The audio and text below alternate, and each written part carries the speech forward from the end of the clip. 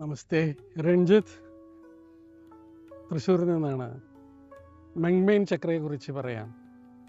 മെങ്മെയിൻ yogic സാധനങ്ങളിൽ വളരെ പ്രധാനപ്പെട്ട ഒരു മർമ്മക്ഷേത്രമാണ് മെങ്മെയിൻ. അതിൻ്റെ അർത്ഥം തന്നെ പമ്പിംഗ് സ്റ്റേഷൻ എന്നാണ്.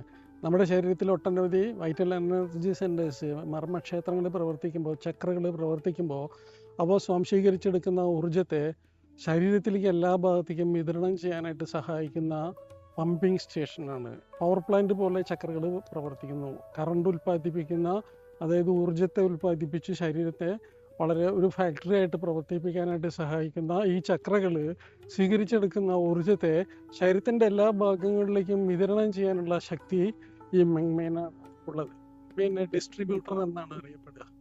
അതിൻ്റെ ദൗത്യം തന്നെ, അതിൻ്റെ ജീവൻ തന്നെ നിലനിൽക്കുന്നത് അത് ശരീരത്തിലേക്ക് എല്ലാ ഭാഗങ്ങളിലേക്കും ഊർജത്തെ വിതരണം ചെയ്യുക എന്നുള്ളതാണ്. Especially from the basic chakra, basic centre.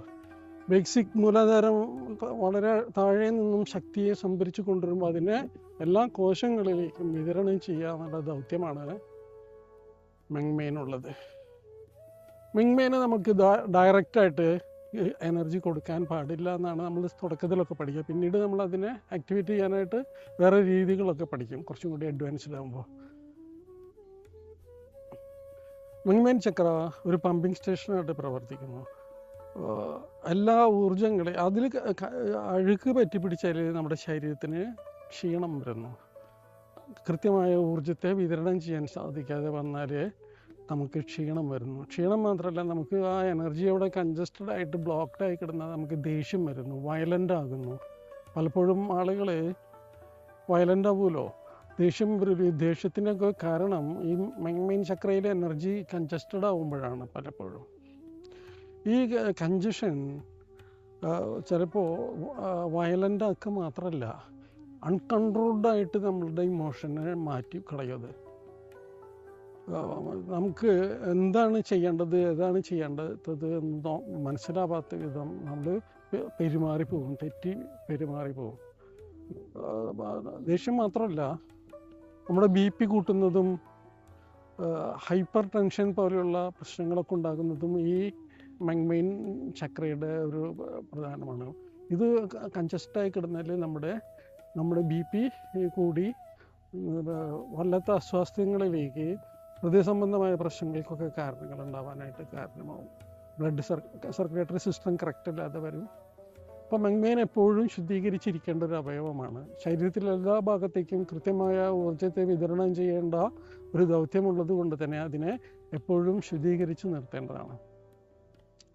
അതുപോലെ അതിൻ്റെ ഒരു വേറെ ശക്തിയാണ് ഒരു പാരാനോർമൽ എബിലിറ്റി.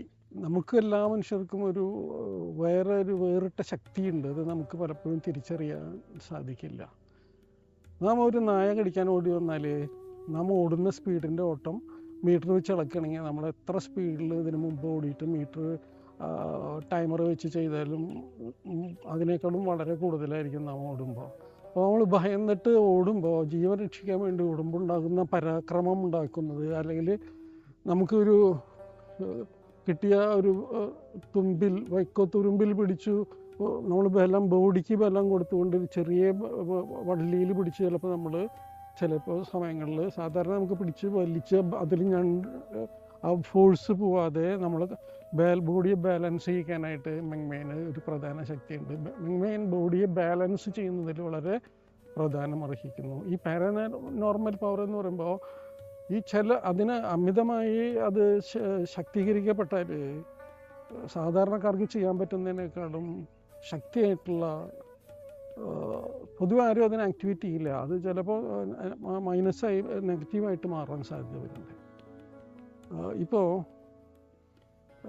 ഒരു മാനസിക രോഗമുള്ള ഒരാൾ, വയലൻ്റ് ആയിട്ടുള്ള ഒരാൾ, ഹിസ്റ്റീരിയ ഒക്കെ ബാധിച്ച ആളുകൾ, അല്ലെങ്കിൽ സ്കിസോഫ്രെനിക് ആയിട്ടുള്ള ഒരാൾ, നമ്മൾ തീരെ ശോഷിച്ച് ആരോഗ്യമൊന്നുമില്ലാതെ ഭക്ഷണമൊന്നും കഴിക്കാതെ ഇരിക്കുന്ന ഒരാളാണെങ്കിൽ പോലും അവർക്ക് അത് ബാധിച്ച സമയത്ത് നാം പിടിക്കാൻ നോക്കിയാൽ അവരെ 10 പേര് പിടിച്ചാലും കിട്ടില്ല. അതുപോലെ അവരുടെ ശക്തിയെ പ്രജ്വലിച്ച് വരും.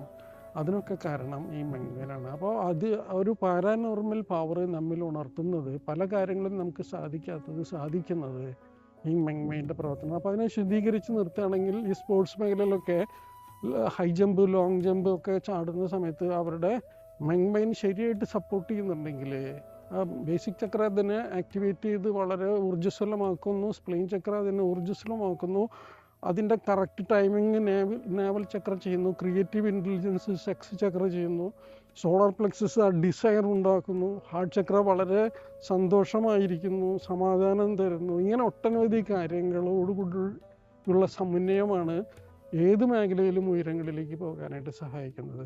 അപ്പം മെങ്മെയിൻ ആ നേരത്തെ ഒരു ഇച്ഛാശക്തിയെ പ്രോജ്വലിപ്പിച്ച് അതിനെ കവർ ചെയ്ത് അത്രയും ഉയരത്തിലേക്ക് ചാടാനോ അല്ലെങ്കിൽ ഏത് മേഖലയിൽ ഇപ്പോൾ ഒരു ജീവൻ രക്ഷിക്കാനായിട്ട് നമ്മളൊരു തോടൊക്കെ എടുത്ത് ചാടുമ്പോൾ നമുക്ക് ചാടി ഒരു ശത്രു നമ്മളെ പുറകോട്ട് വരുമ്പോൾ ശത്രു പുറകെ വരുമ്പോൾ നാം എല്ലാത്തിനെയും അതിജീവിച്ച് ഓടിപ്പോകുന്നതാണ്. നമുക്ക് മുള്ളും കല്ലും ഒന്നും പ്രശ്നമില്ലാതെ.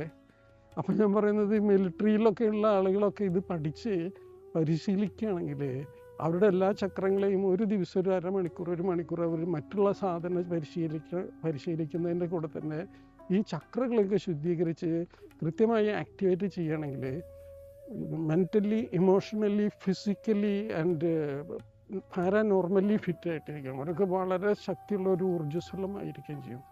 ഈ മയക്കുമരുന്ന് കഴിക്കുമ്പോൾ ആളുകൾ വയലൻ്റ് ആവുന്നതും വേറെ ഒരു പാരാനോർമൽ ശക്തിയിലേക്ക് വരുന്നതൊക്കെ ഈ മെങ്മെയിൻ ഓവർ ആക്ടിവേറ്റഡ് ആകുമ്പോഴാണ്. അത് പിന്നീട് മാനസിക രോഗങ്ങൾക്കൊക്കെ കാരണമാകുന്നു. അപ്പോൾ ഈ മെങ്മെയിൻ ചക്ര ശരിയായ ചിട്ടയായ പരിശീലനം കൊണ്ട് അതിനെ ക്ലീൻ ചെയ്ത്, വളരെ സിമ്പിളാണ് ഇത് പറയുമ്പോൾ, ചിട്ടയായ പരിശീലനം എന്നൊക്കെ പറയുമ്പോൾ വലിയൊരു കാര്യമൊന്നുമില്ല. അത് വളരെ ലളിതമായിട്ട് പഠിച്ച് അതിന് നമുക്ക് ക്ലീൻ ചെയ്ത് അവിടെ ഊർജ്ജവൽക്കരിക്കേണ്ട ഒരു രീതിയുണ്ട്. ഊർജ്ജവൽക്കരിക്കാൻ നമുക്ക് അത് കുറച്ചുകൂടി ഹയർ ലെവലിലേക്ക് പോകുമ്പോൾ നമുക്കതിനെ ഇപ്പോൾ ലെവൽ 2 ഒക്കെ പഠിക്കുമ്പോൾ തന്നെ നമുക്ക് മെങ്മെയിനെ ഊർജ്ജവൽക്കരിക്കാൻ പറ്റും ബാലൻസ് ചെയ്തിട്ട്. അപ്പോൾ സ്പോർട്സ് മാത്രമല്ല, ഏത് കായികമായിട്ട് പ്രവർത്തിക്കുന്നതും, കായികം മാത്രമല്ല, സ്പെഷ്യൽ ഫോഴ്സോടുകൂടി, സ്പെഷ്യൽ ആറ്റിറ്റ്യൂഡോടുകൂടി ഒരു കാര്യത്തിലേക്ക് മുകളിലേക്ക് പോകണമെന്ന് ആഗ്രഹിക്കുന്ന എല്ലാവർക്കും, ഈവൻ പോലീസുകാർക്കും പട്ടാളക്കാർക്കും ഒക്കെ ഈ ചക്രങ്ങളുമായിട്ടുള്ള ബന്ധത്തെക്കുറിച്ചും, അത് പ്രത്യേകിച്ച് ഇന്ത്യൻ ഋഷിമാരാൽ തയ്യാറാക്കപ്പെട്ടതും പ്രചരിക്കപ്പെട്ടതും മാത്രമല്ല, ഇന്ത്യയിൽ മാത്രമാണെന്ന് പറയാൻ പറ്റില്ല. നമുക്കത് ഇസ്രായേലിലെ പുരോഹിതന്മാരായിട്ടുള്ള കബല സെയിൻറ്റുകൾ, സന്യാസിമാരൊക്കെ ഇതിനെക്കുറിച്ച് വളരെ ഡീപ്പർ സ്റ്റഡി നടത്തിയിട്ടുള്ളതാണ്. ഇത് പുറത്തേക്ക് വരാത്തത് ഇതിങ്ങനെ ഡയറക്റ്റായിട്ട് അപ്ലൈ ചെയ്യുന്ന, നമ്മളൊരു ഫിസിക്കൽ റിയാലിറ്റിയിലാണല്ലോ ആളുകളെല്ലാം ഉള്ളത്.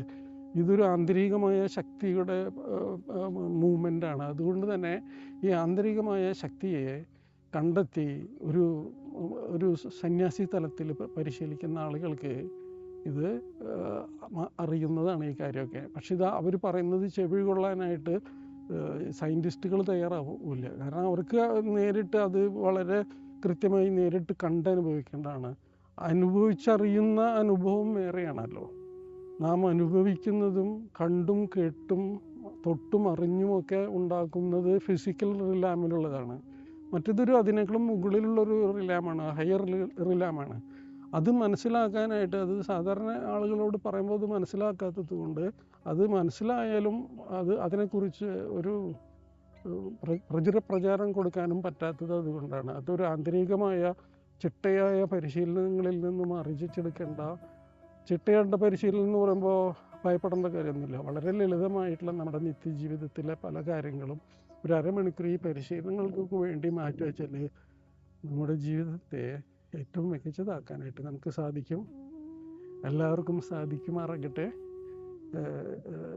നല്ലൊരു ഫ്യൂച്ചർ ആശംസിച്ചുകൊണ്ട് ഞാൻ നാളെ വേറെ അടുത്ത വീഡിയോകൾ വ്യത്യസ്തമായ കാര്യങ്ങളെക്കുറിച്ച്, നമ്മുടെ എനർജി ബോഡിയെക്കുറിച്ച്, വ്യത്യസ്തമായ ലെയറുകളായിട്ട് നിൽക്കുന്ന എനർജി ബോഡിയെക്കുറിച്ച്, സാധാരണ ഓറിക് സയൻസ് ഒരു ഓറ എന്നാണ് ആളുകൾ തിരിച്ചു വെച്ചിട്ടുള്ളത്. അപ്പോൾ അതും അതിൻ്റെ വ്യത്യസ്തമായ ഡിഫറെൻറ്റ് ലെവൽസ് ഉള്ളതും, അതെങ്ങനെ നമ്മുടെ ജീവിതവും നമ്മുടെ വൈകാരിക തലവും നമ്മുടെ മെൻ്റൽ തലവും ബുദ്ധിയായിട്ട് ബന്ധപ്പെട്ട് നിൽക്കുന്ന, അതുമാതിരി സ്പിരിച്വൽ തലവും ഒക്കെ ആയിട്ട് എങ്ങനെ കണക്റ്റഡായിട്ട് നിൽക്കുന്നു, അത് ഏതേത് ചക്രകളായിട്ട് ബന്ധപ്പെട്ട് നിൽക്കുന്നു, നമ്മുടെ സീഡ് ഓഫ് കോൺഷ്യസ്നെസ് എന്താണ്, ഫിസിക്കൽ പെർമനൻറ്റ് സീഡ് എന്ന് പറഞ്ഞാൽ നമ്മുടെ ബ്ലൂ പ്രിൻ്റ് തയ്യാറാക്കി വെച്ചൊരു വിത്തുണ്ട് നമ്മുടെ ഉള്ളിൽ. ശരീരം എങ്ങനെയായിരിക്കണം, ഇന്ന ജെനറ്റിക്കൽ നേച്ചറിൽ വരണം, അങ്ങനെയുള്ള വിത്തുകളെക്കുറിച്ചൊക്കെ വളരെ ലളിതമായിട്ട് പറയാം. നമുക്കൊരു ക്ലാസ്സിലെ ഇതിനെക്കുറിച്ച് വളരെ വിശദമായിട്ടൊക്കെ പറഞ്ഞ് പഠിപ്പിക്കാനും മനസ്സിലാക്കാനും സാധിക്കും. വീഡിയോകളിൽ ഞാൻ ഇതിൻ്റെ ചെറിയ ചെറിയ ഭാഗങ്ങളാണ് പറയുന്നത്. ആളുകൾ അറിയണമല്ലോ ഇങ്ങനത്തെ കാര്യങ്ങളൊന്നും അറിയുന്ന ആളുകൾ ഇത് പറയാനായിട്ട് വളരെ ഡീപ്പായിട്ട് പഠിച്ചു പോകുന്ന ആളുകൾ കുറവായിരിക്കും. അവർ അതിനുവേണ്ടി മെനക്കിട്ട് മെനക്കിടല്ല. അല്ലെങ്കിൽ അവരത് പഠിച്ചു കഴിയുമ്പോൾ അവരിതിപ്പോൾ സന്യാസിമാരെ കുറിച്ച് നോക്കാം, ഇതിന് വളരെ ഹയർ ലെവലിൽ പരിശീലിക്കുന്ന സാധനകൾ ചെയ്യുന്ന ആളുകളൊക്കെ അവർക്ക് അതല്ല പ്രധാന കാര്യം. ഈ പബ്ലിക്കായിട്ട് ഇങ്ങനെ ഒരു കാര്യം പറയാന്നുള്ളതല്ല. ഞാൻ ഈ ദൗത്യം ഏറ്റെടുത്തത് ആരും ഇങ്ങനെയുള്ള സബ്ജക്റ്റുകൾ എനിക്കറിയില്ല. ഞാൻ യൂട്യൂബൊന്നും അങ്ങനെ അത്രയധികം കാണാത്ത ആളാണ്. ഇങ്ങനത്തെ മേഖലകളിൽ ഇതിൻ്റെ ഹയർ സയൻസുകളൊന്നും ആരും പറയുന്നില്ല. ഗുരുവിന് വേണ്ടി ഒരു സമർപ്പണമായിട്ട് എന്നോടിത് വേണമെന്ന് ചില വിദ്യാർത്ഥികൾ പറഞ്ഞതിൻ്റെ അടിസ്ഥാനത്തിലാണ് ഞാനിത് ഈ യൂട്യൂബ് തുടങ്ങിയത്. നിങ്ങളെല്ലാവർക്കും ഇത് അയച്ചു കൊടുക്കണം. കാരണം ലോകത്തുള്ള എല്ലാവർക്കും ഇങ്ങനെയുള്ള അറിവുകൾ ആവശ്യമല്ലേ. നമ്മളൊരു സ്പിരിച്വൽ നേഷനാണെന്ന് പറഞ്ഞിട്ട് എന്താ കാര്യമുള്ളത്? സ്പിരിച്വൽ നേഷനിൽ എത്ര പെർസെൻറ്റേജ് ആളുകളാണ് ആ സ്പിരിച്വൽ തത്വങ്ങളായിട്ട് പോകുന്നത്? നമ്മളെല്ലാവരും സ്പിരിച്വൽ മൈൻഡുള്ള ആളുകളാണ്. പക്ഷെ അതിനെ ഡെവലപ്പ് ചെയ്തെടുക്കാനൊന്നും പറ്റുന്ന സാഹചര്യങ്ങളില്ലാത്തതിൻ്റെയാണ്. പക്ഷെ ഇത് പഠിച്ച് വരുമ്പോൾ നമുക്ക് ആ സാഹചര്യങ്ങളൊക്കെ ഓപ്പണായിട്ട് വരും. നമ്മുടെ ജീവിതം തന്നെ മാറി മറിയുന്നത് കാണാം. നമ്മുടെ ജീവിതത്തെ വളരെ ഉന്നത തലത്തിലേക്ക് നമുക്ക് കൊണ്ടുപോകാനായിട്ട് സാധിക്കും. കൂടുതൽ സാധിക്കുമാറാകട്ടെ. Thank you.